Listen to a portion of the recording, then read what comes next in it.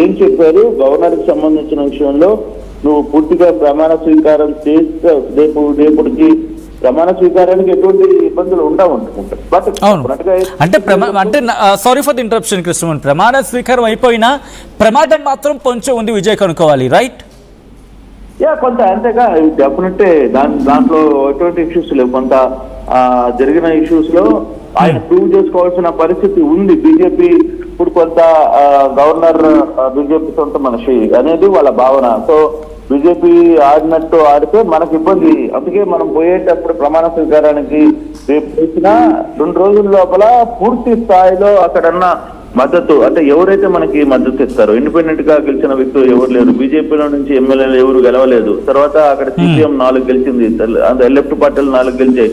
Left పార్టీల్లో కూడా కొంత చర్చ జరుగుతుంది. మేము డిఎంకేతోనే ఉంటామని ఏదో చెప్తున్నట్టుగా సమాచారం ఉంది. అది ఫైనల్ కాల లేదు.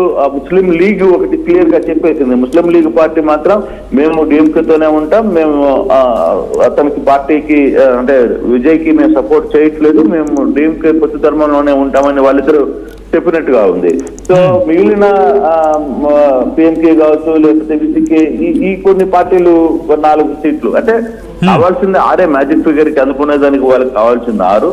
బహుశా సింగిల్ గా ఉన్న పోటీల దగ్గర నుంచి గెలిచిన అభ్యర్థుల దగ్గర నుంచి అయినా కూడా తీసుకోవాలనేది ఒకటి.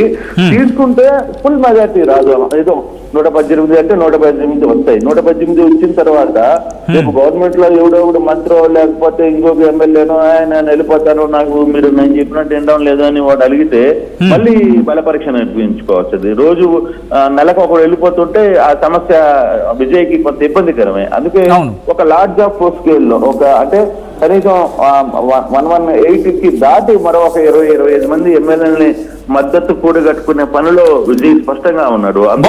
Sorry for the interruption. బహుశా ఇంకొక 20 మంది కూడా ఎక్స్ట్రా ఉంటే ఒకవేళ కట్టకట్టుకుని 20 మంది వెళ్ళిపోయినా ఇటు ప్రభుత్వం పడిపోదు అనే ఒక రీతిలో కనీసం ఒక 40 మంది మన పార్టీలో జాయిన్ అయ్యేంతలా ఏర్పాటు చేసుకొని చెప్పి టీవీకి అనుకుంటోంది అక్కడ అందుకే దాంట్లో కూడా ఇప్పుడు బేసిక్ గా ఈ రోజు ఏఐటీకి మొత్తం మేము వెళ్తామన్నా కూడా దాంట్లో కొంత ఇబ్బంది ఉంది.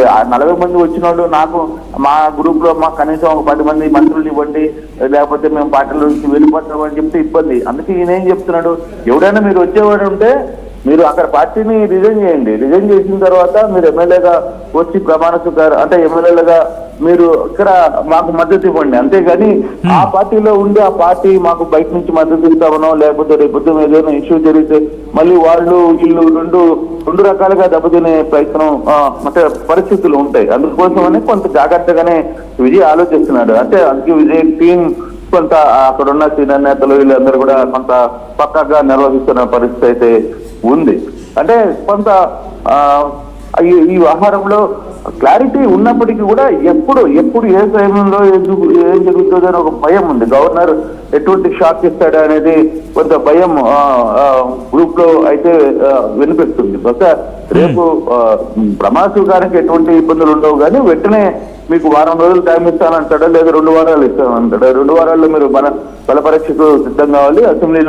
అసెంబ్లీ ఏర్పాటు రోజా లేదా ముందు రోజా ఆయన బల పరీక్ష నిర్వహించుకోవాల్సిన పరిస్థితి చాలా స్పష్టంగా కనపడుతుంది.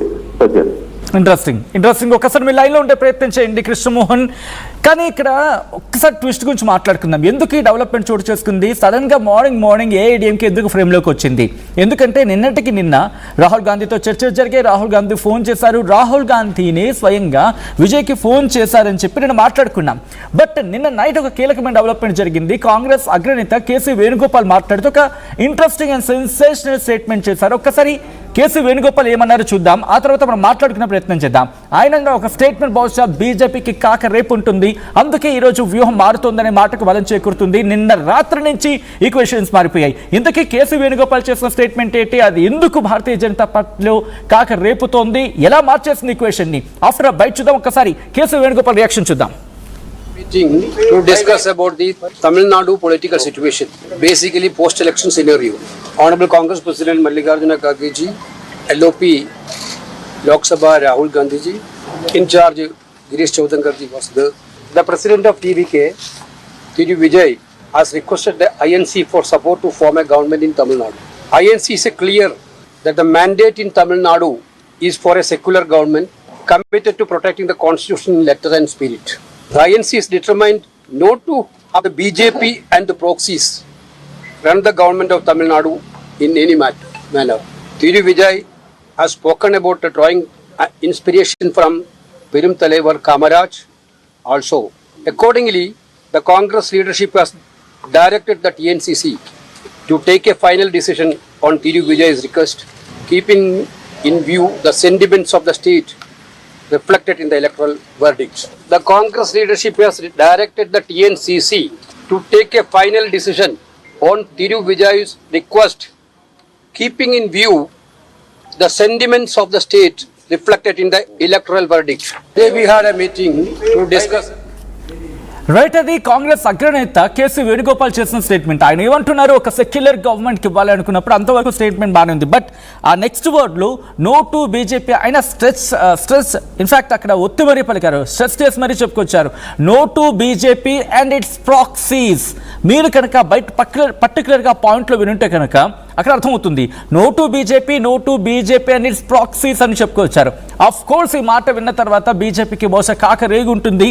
అందుకే లాస్ట్ మూమెంట్లో ఈరోజు మార్నింగ్ నిన్నటి కూడా మాట్లాడుకున్న ఒక ఏడీఎంకే నుంచి ఒక 10 మంది 15 మంది, డిఎంకే నుంచి ఒక 10 మంది రావచ్చు. ఈ రెండూ కలిపి టీవీకేకి ఒక 25 మంది అయితే 108 + 20 అంటే దాదాపుగా ఇటు 113 + 20 అంటే 133 స్థానాల వరకు సరిపోతుంది. ఇది డిఎంకే నుంచి ఒక 10 మందో లేకపోతే ఏఐడిఎంకే నుంచి ఇటు ఒక 15 మంది 25 మంది అయితే కనుక 133 ఈక్వేషన్ సరిపోతుంది. బట్ ఎప్పుడైతే నిన్న కాంగ్రెస్ స్టేట్మెంట్ ఇచ్చిందో ఈరోజు మార్నింగ్ అఫ్ కోర్స్ ఇప్పటికే పొత్తు కుదిరిపోయింది, అఫీషియల్గా స్టేట్మెంట్ కూడా వచ్చింది. వీళ్ళు కలుసుకున్నారంటే టీవీకే పార్టీకి హెడ్ క్వార్టర్స్కి తమిళనాడు కాంగ్రెస్ వెళ్ళింది. తమిళనాడు కాంగ్రెస్ ఎందుకు పంపించింది జాతీయ కాంగ్రెస్? ఇక్కడ తమిళనాడు కాంగ్రెస్ ఒప్పుకోలేదు టీవీకేతో పొత్తులోకి వెళ్ళేందుకు అనేది. జాతీయ కాంగ్రెస్ కాస్త గుర్రుగానే ఉండనేది మరి ముఖ్యంగా ప్రీపోల్లో మాట్లాడుకున్న సందర్భం, ప్రీపోల్ అలయన్స్కి సంబంధించి. బట్ ఈక్వేషన్ మారిపోయింది. ఇప్పుడు జాతీయ కాంగ్రెస్ మీరేం చేస్తారో తెలీదు, పడాల్సిన గండి పడింది కాబట్టి మీరు కన్విన్స్ చేయండి.